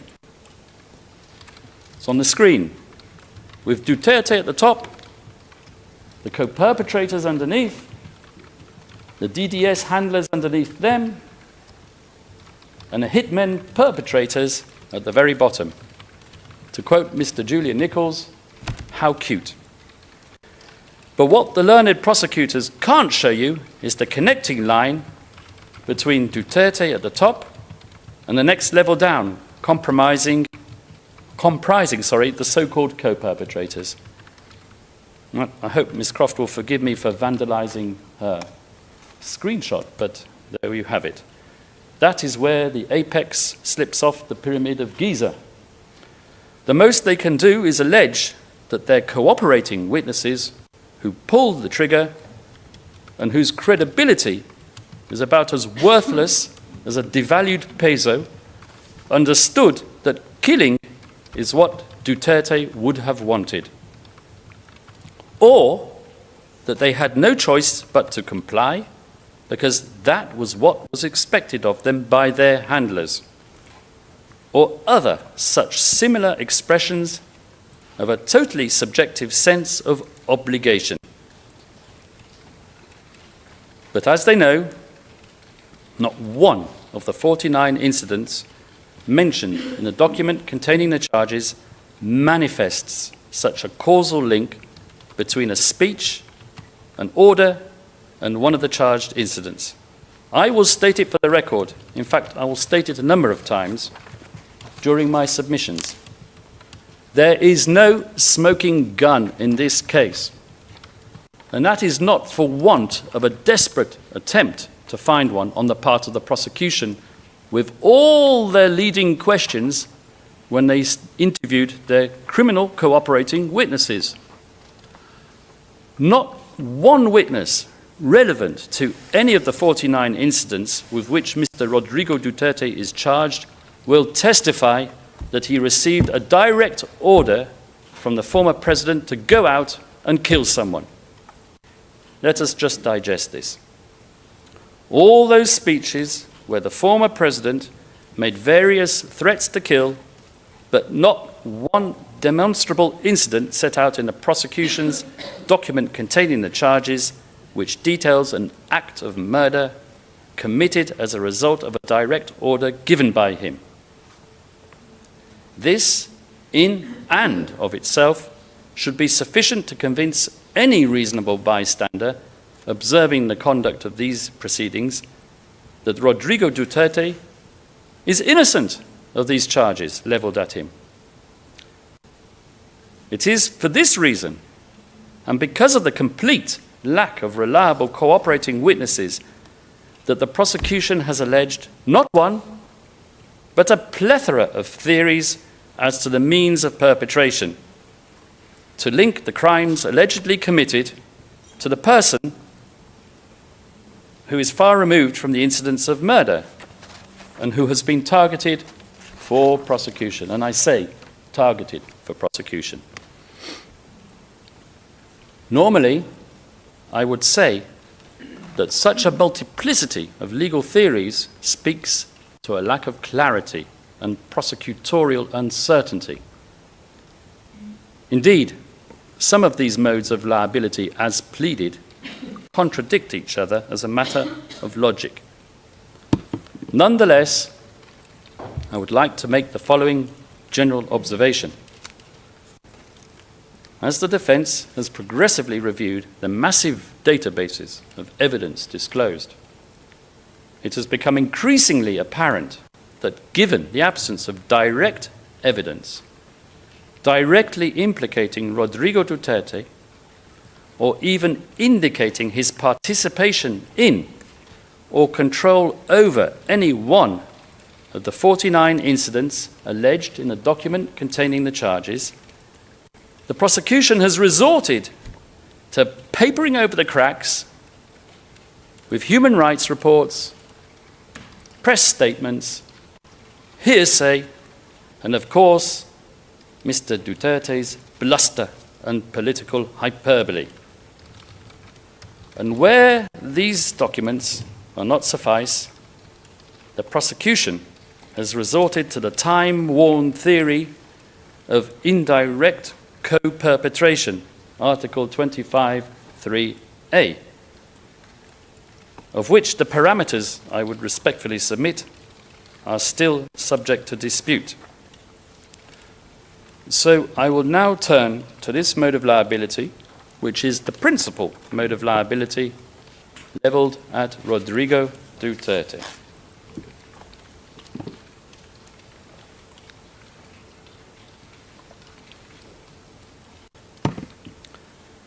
As we all know, in order to prove criminal liability through indirect co-perpetration, there is a need to show a common plan upon which the suspect and his co-perpetrators, because you need co-perpetrators for indirect co-perpetration, a plan on which they mutually agreed.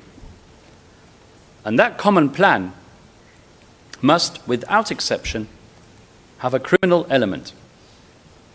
As I have already stated, the only plan in play was not just totally legitimate in nature, but was in addition wildly supported by the Filipino electorate, which ensured that Mayor Rodrigo Duterte's governance of Davao City throughout the years would thereafter put him into the Malacanang.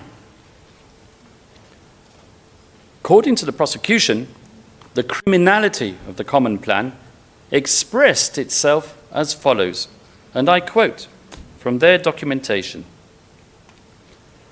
an agreement to neutralize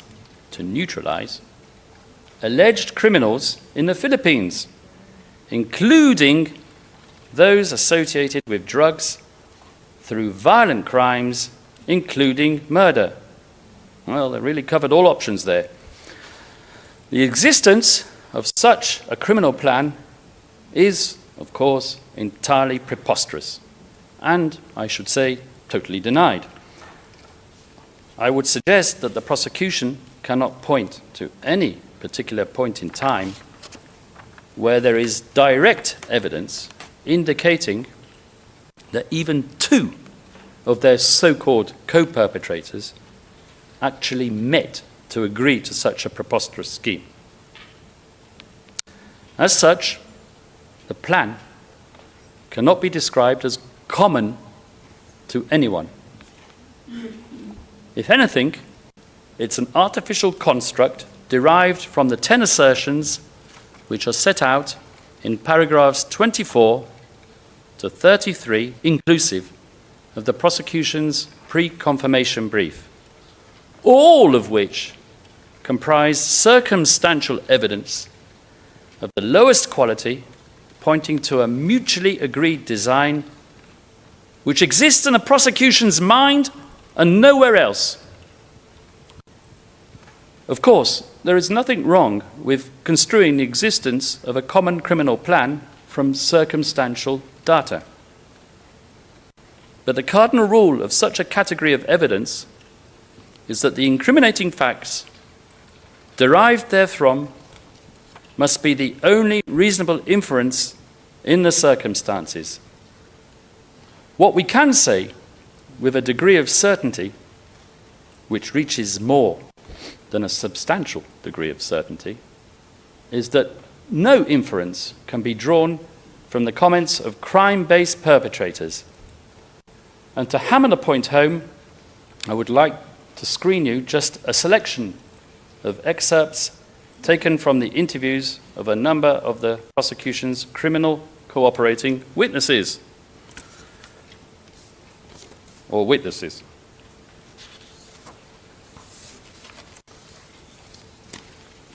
Where are they? Number one.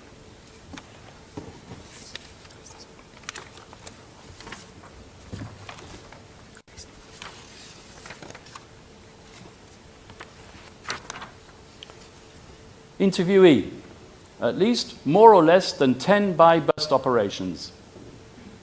Where somebody was shot, asked the interviewer. Yes, sir. Interviewer 1. Okay. And on those 10 occasions, was the shooting justified? Interviewee: yes, sir. Number 2. So, if he shot at us, we would also shoot back.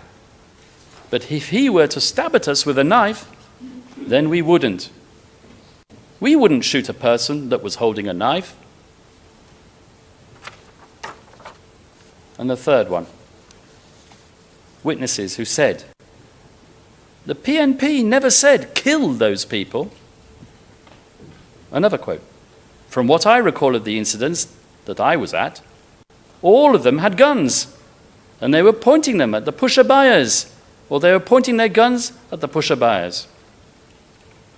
At the operations I was at, I'm talking about the operations I was at, the reason that they were killed was because they were pointing their guns at us, or they were firing their guns at the pusher-buyers. That's from the prosecution's own witnesses. Now, let us analyze the other circumstances as set out in paragraphs 24 to 33, inclusive, to see whether a meeting of minds between co-perpetrators is indeed the only reasonable inference in the circumstances. The first indication, and that is that in the late 1980s, in other words, 20 years before the charges in this case, Mayor Duterte allegedly instructed civilian confidants and local police to neutralize. And I stress to neutralize and not to kill criminals. That's what's stated in the PCB. And that he provided weapons and funds for this purpose. Now, I would say that there is nothing untoward in providing policemen or civil volunteers with weapons to carry out their lawful duties. That's what happens in my country. The prosecution has not shown us how arming civilian volunteers is actually illegal, and the burden of proof rests on it. After all, one does not fight crime with kind words and gentle admonishments. The fact that these conscripted civilians understood the words to neutralize to mean to murder is not something for which Rodrigo Duterte must be held responsible.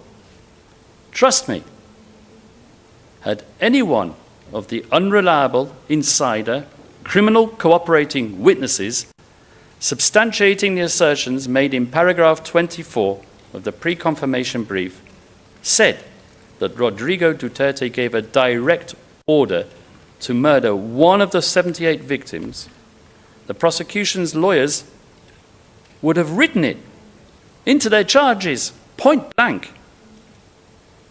But they did not.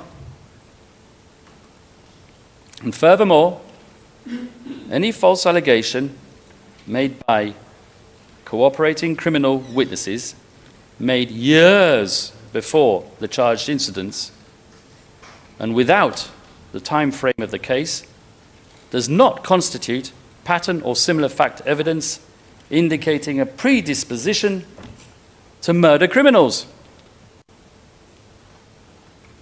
Accordingly, the allegations concerning the activities of the so-called Davao Dev Squad, formerly the so-called Lambada Boys, are irrelevant both to proving a criminal plan and that such a plan, more importantly, was common to any of the so-called co-perpetrators mentioned in the document containing the charges and released a few days before the confirmation hearing in a lesser redacted version of the PCB.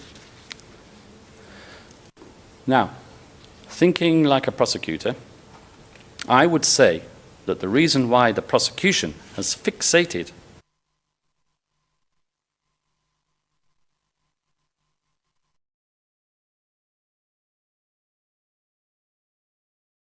I guess the feed wasn't having it either.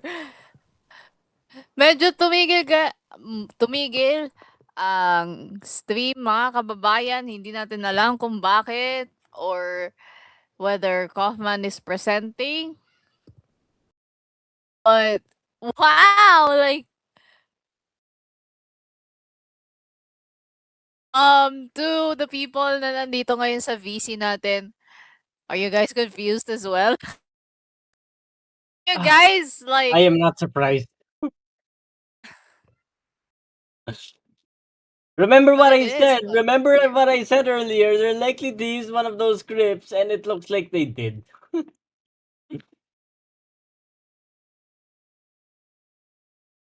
I wanted to ask you, Sana, is this a surprise? It's probably not. Ah, At the yeah. same time, parang believe like itong mga claims na to, like they ridiculous? Just literally Why? out. Yeah. Hindi ba according to statistics, napakaraming casualties ang nangyayari sa war on drugs? Bakit minimum? Anong minimum sa ano, tawag dito?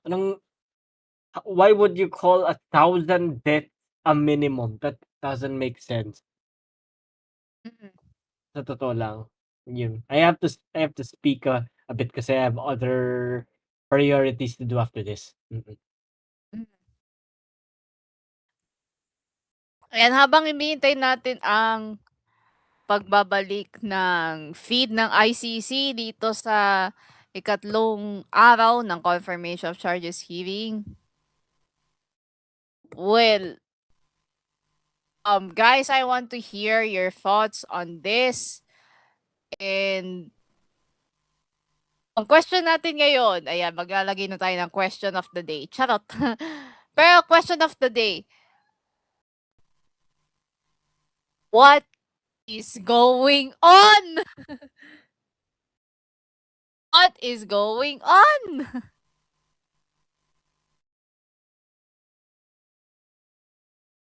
How funny. Na. Or are they? Nicholas Kaufman was called on a hot mic habang nagpe-present ng kanyang merits. Na nagsasabing, where are they? But what do you think he meant by that? I believe Anima is out, so sige. Where are they?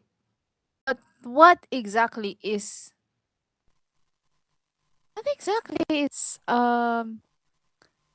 he implying with that statement? Or maybe what if it was the presentation na ipinipresenta sa korte? What is going on right now within the ICC, we do not know yet.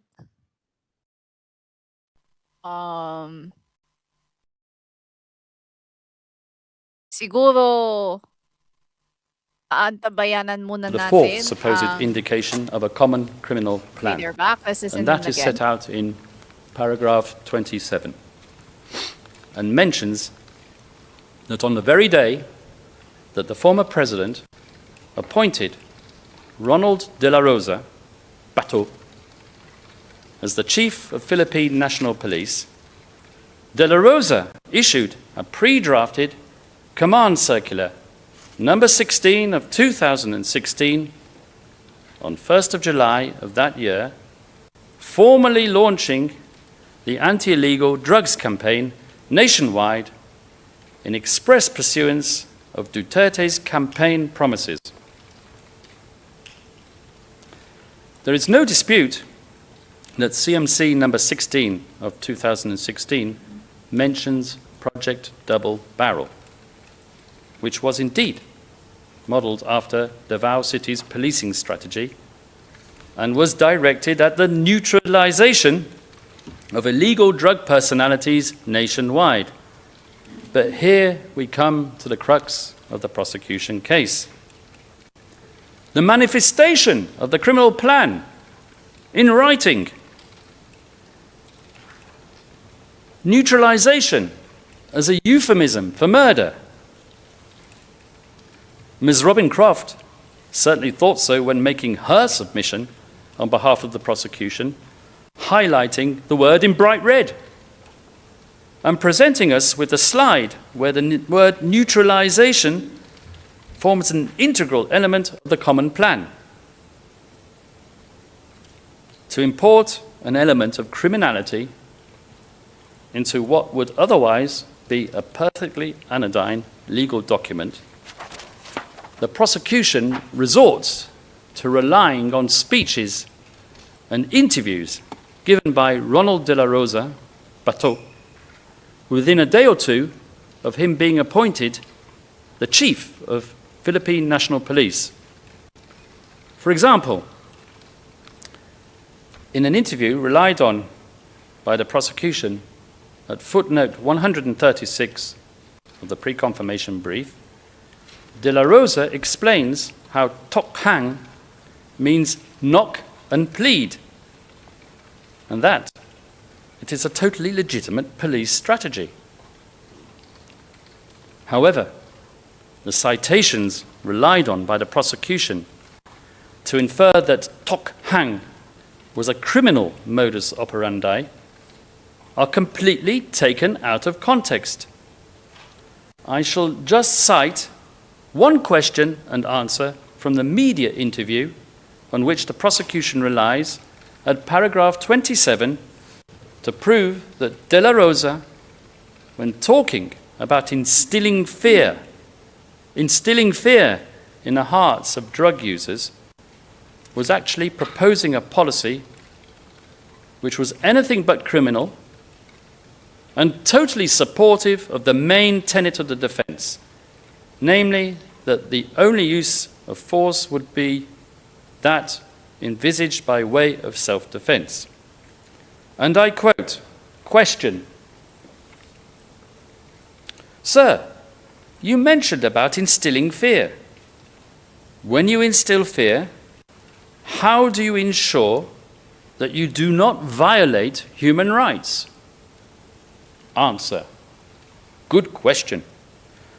We will see to it that the police operational procedures are being followed in every legitimate police operations.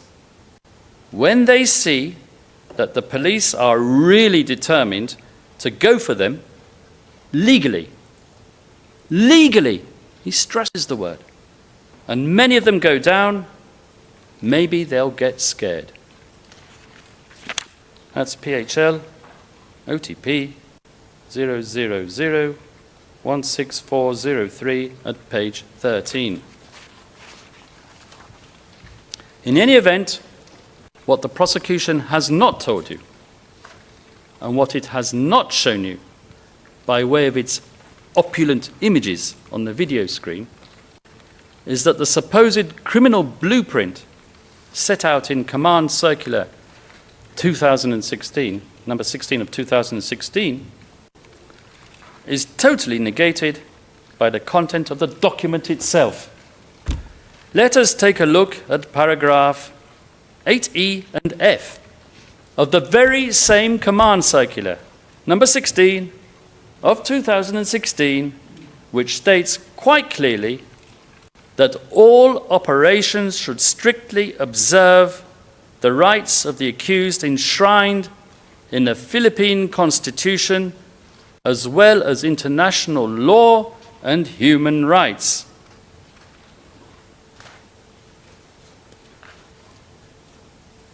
Why, I ask you, did Mr. Edward Jeremy, counsel for the prosecution, in his very eloquent and gilded address, not screen this part of the Command Circular?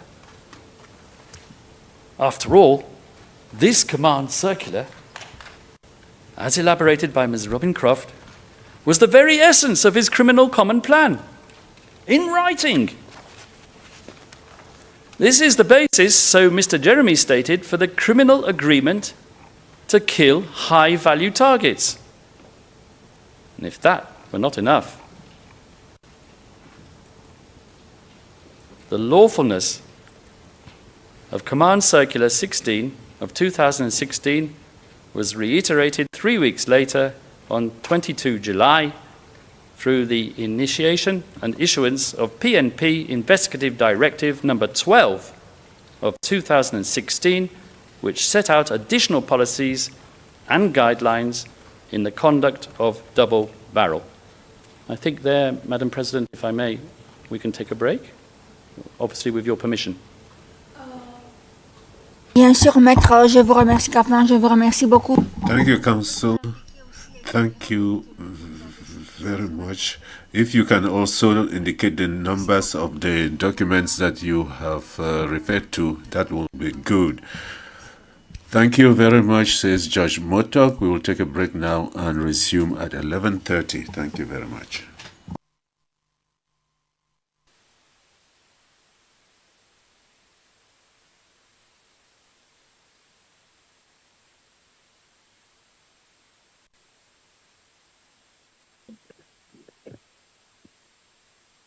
And that concludes the first session of the third day of the confirmation of charges laban dito kay dating Pangulong Rodrigo Duterte. Yep. I am trying to hold my Definitely laughter, is. but Anima, what did you think of that? Why are we going in circles, please? Come on, Kaufman. How many? I don't know, I am man. desperately It's trying Boy, to hold my is laughter talaga. isa pa, di ba may pinakitang PowerPoint? Okay. So di ba, sabi minimal casualties daw. So they're implying na may pinatay pa din sila.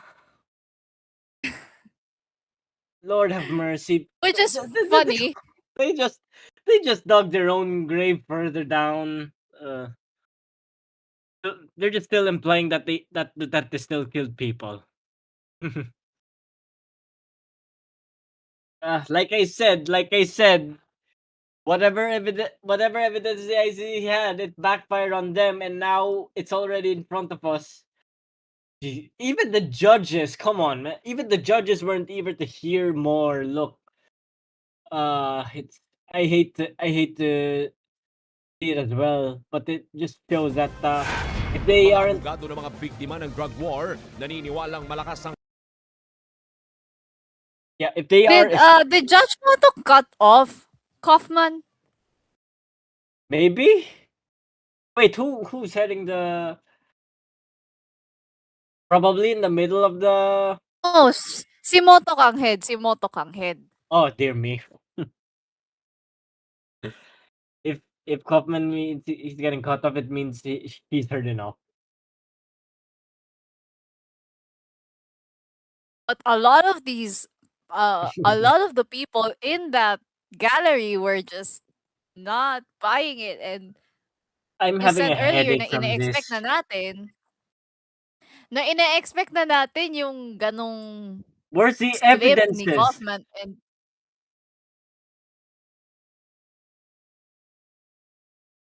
like, were you expecting actual evidence or?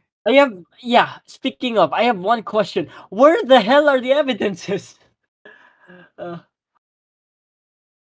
Where are the evidences? Yung tanong ko is, were you expecting some evidence coming from the defense dito sa kanilang To be kaso? honest, I'm not even surprised either.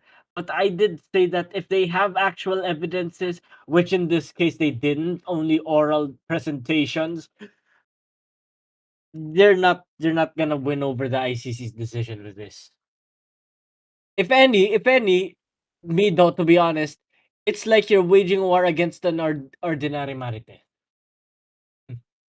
Puro mga chismis, to be honest, ang mga evidences nila. I don't think that's going to convince them otherwise. If they even had a simple APA citation from any single war on drugs victim, they would have convinced me. But in this case, nah. So, you notice like kanina yung mga itsura ng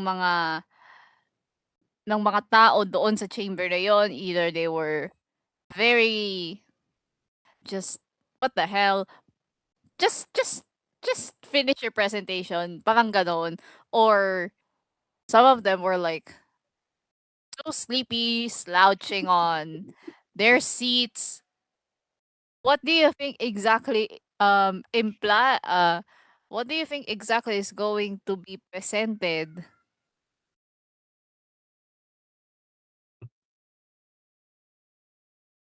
What do you think is what does it mean for these judges? If they don't have any more sufficient evidence to follow, I don't think they're gonna be able to convince the judges further. That's all I can say, Mido. Like I said, you need concrete, sufficient scientific back evidence to prove your claim that the war on drugs was successful. But in this case, all they had were hearsays. I don't think that's going to be solid. At puputulin muna kita. Dito muna nagtatapos ang unang parte ng koolNews special coverage sa confirmation of charge receiving ni dating Pangulong Rodrigo Duterte. Ito ang Duterte sa ICC. Susunod na ang TV Patrol.